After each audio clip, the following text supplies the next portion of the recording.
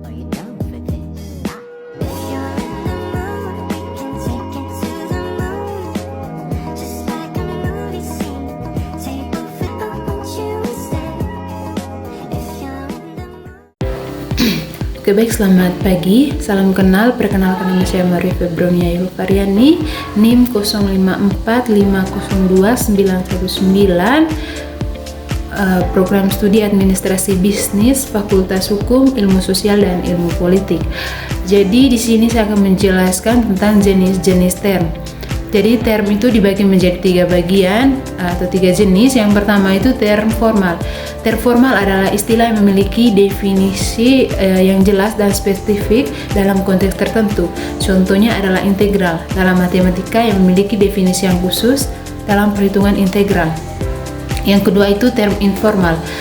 Jadi term informal adalah istilah yang digunakan dalam percakapan sehari-hari tanpa definisi yang jelas. Contohnya adalah cool, yang digunakan untuk menyatakan sesuatu yang keren atau menarik.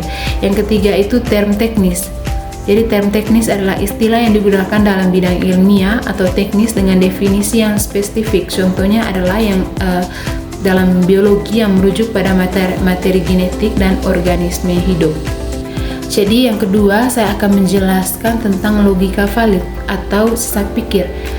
Adalah kesalahan logika dalam berpikir atau berargumentasi yang dapat membuat kesimpulan menjadi tidak valid atau tidak akurat. Jadi kesalahan logika ini dapat terjadi dalam berbagai bentuk dan dapat mempengaruhi kualitas argumentasi atau keputusan yang diambil. Jadi berikut saya akan jelaskan tentang contoh bentuk sesat pikir.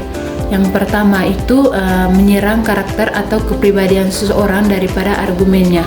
Contohnya, kamu tidak bisa mempercayai pendapatnya karena dia tidak berpendidik.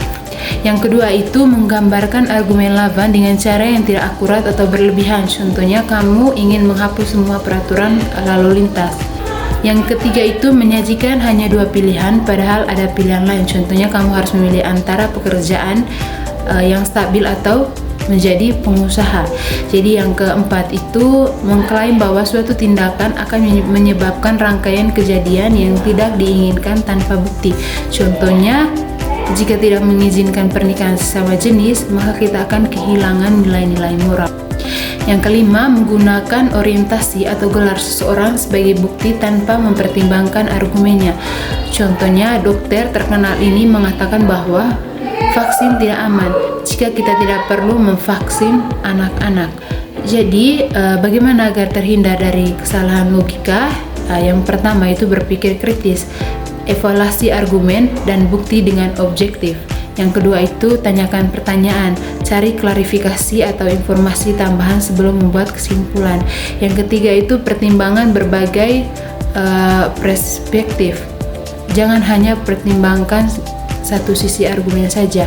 Yang keempat itu cari bukti.